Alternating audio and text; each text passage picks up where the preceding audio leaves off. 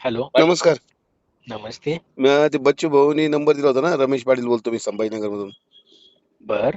म्हणलं आपल्याला भेटायचं होतं. अरे तुम्ही रात्री अपरात्री फोन एकदा सांगितलं मी ऑफिसमध्ये असतो, ऑफिसमध्ये नाही तर जेव्हा मग मी आपल्याला आता उद्या कार्यालयात नाही तर जाईल माझं तेव्हा काय म्हणणं भेटा. आहे की आपण उद्या भेटलो असतो ना मुंबईला जर मी असेल तर नाहीये ना मुंबईत उद्या. अच्छा. I am not there. बरं, तेच ना थोडंसं माझ्या फॅमिली. ऑफिस आवर्स मध्ये मी ऑफिसमध्ये असतो. नाही मी ठीक आहे, तुम्ही तिथं ते काय भाऊ म्हणून मंत्रालयात तुम्हाला ड्युटी फोन केला बघतो. तुम्ही हिशोबाने. नाही नाही, असलं कसलं काय सारखं म्हणले? फोनवर असं भेटायचं काय भेटायचं भेटूच नका मला. That's all. चालेल.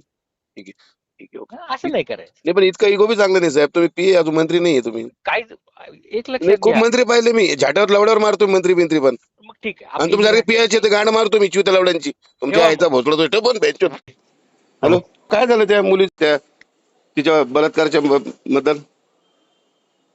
हॅलो. आरोपी आरोपी मिळालेला नाही आणखी. हा मिळाले सरकारी नोकर त्याला धरून आणा ना साहेब. आता काय आम्ही आणायचं का काय प्रायव्हेट गाडी करून? हम्म. आम्ही आणायचं का प्रायव्हेट गाडी करून? तुमचं काम आहे ना. गेली टीम गेली आणायला. मग तेच म्हणतात 2-3 रिझल्ट द्या. मुलगी मेली बिली ना मी तुम्हाला सोडणार नाही. तुम्ही कोण बोलताय तुम्ही? मी रमेश पाटील बोलतो, मी छत्रपती संभाजीनगर मधून. तुम्हाला वाटत असेल ना हे अवघड होईल बरं का, त्या मुलीने काही जीवाचं काही केलं तर मी पहिले सांगत होतो.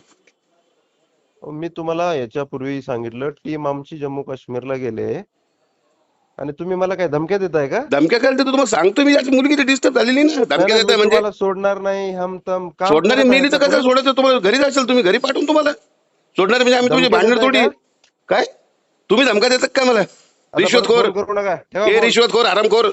सर नमस्कार. नमस्कार. आपण प्रिन्सिपल बोलता ना सर, हरिभाऊ नानाची शाळेचे? हो हो. सर काय झालं, आपल्या शाळेमध्ये एक 1100 विद्यार्थी आहे सर. 1100. 1100 आहे ना पूर्ण शाळेमध्ये का जास्त आहे? 1020. आणि सगळ्यांचे आपण 3-3 हजार रुपये घ्यावे लागले सर. काय प्रॉब्लेम येतो? ते आपलं याचा आहे तो विषय आपलं स्वयमार्थ साहित्य. अहो सर पण 100% ग्रँड आहे शाळेला. लहान लहान शेतकऱ्यांचे पोरं कुठून पैसे देतील? आता मला नाही नाही, सांगा. शाळेला शाळेचे नाही ना, मग हे 11वी 12वीचे. नाही नाही शाळेचे पण मला एक सांगा सर, एक विचारू का सर, हे हा. पैसे माझ्या मड्यावर न्यायचे, तुमच्या न्यायचे का हरिभाऊ बागडेच्या मड्यावर न्यायचे सोबत? नाही नाही नाही. बिलकुल ते चालणार नाही बरं का. मी शाळेत रमेश पाटील बोलता मला. मग असं करू नका. मी नानाला बी सोडणार नाही, राजस्थानला जाऊन धोतर काढीन बरं का. बरं बरं बरं. नाही पहिले सांगतो मी, आणि तुमचं बी काढीन आणि माझं बी आपलं काढीन. जे- मी बी भोंगळा बसून तुमच्या समोर. आपलं जर आहे सर, हे फक्त स्वयमार्थ शेतकरी साहित्य कॉलेज परेशान आहे. आहे, शेतकऱ्यांचे पोरं आहे, मराठी शाळा आहे ना आपली. नाही, मराठी शाळा आहे पण फक्त मला सांगा, स्वयमार्थ. मराठी शाळेत गोरगरिबाचे लेकरं जे श्रीमंत ते इंग्लिश शाळेत शिकवतील, पण हे गोरगरीब शेतकऱ्यांचे पोरं जे हरामचे पैसे कमवतात ते इंग्लिश मध्ये शिकवतात ना. नाही, बरोबर आहे बरोबर आहे ना. बिलकुल 1 रुपया घेऊ नका. मला एवढी बी शिकायला आलं सर.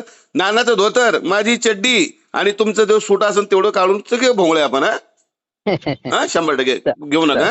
हो सर. हा ठीक आहे ठीक आहे. काय येऊ भोंगळं खरंच? Okay sir. येऊ खरं येऊ? हा. खरं येऊ का म्हणलं भोंगळं मग? अरे. हा मग ते बंद करून टाका. पैसे घेणं गरीबाला लुटणं बंद करा. नानाकडे दे चालेल, पैसे. चालेल. नाना श्रीमंत माणूस आहे. हो हो. नानाचे कार्यकर्ते किती हे तो पाठाळे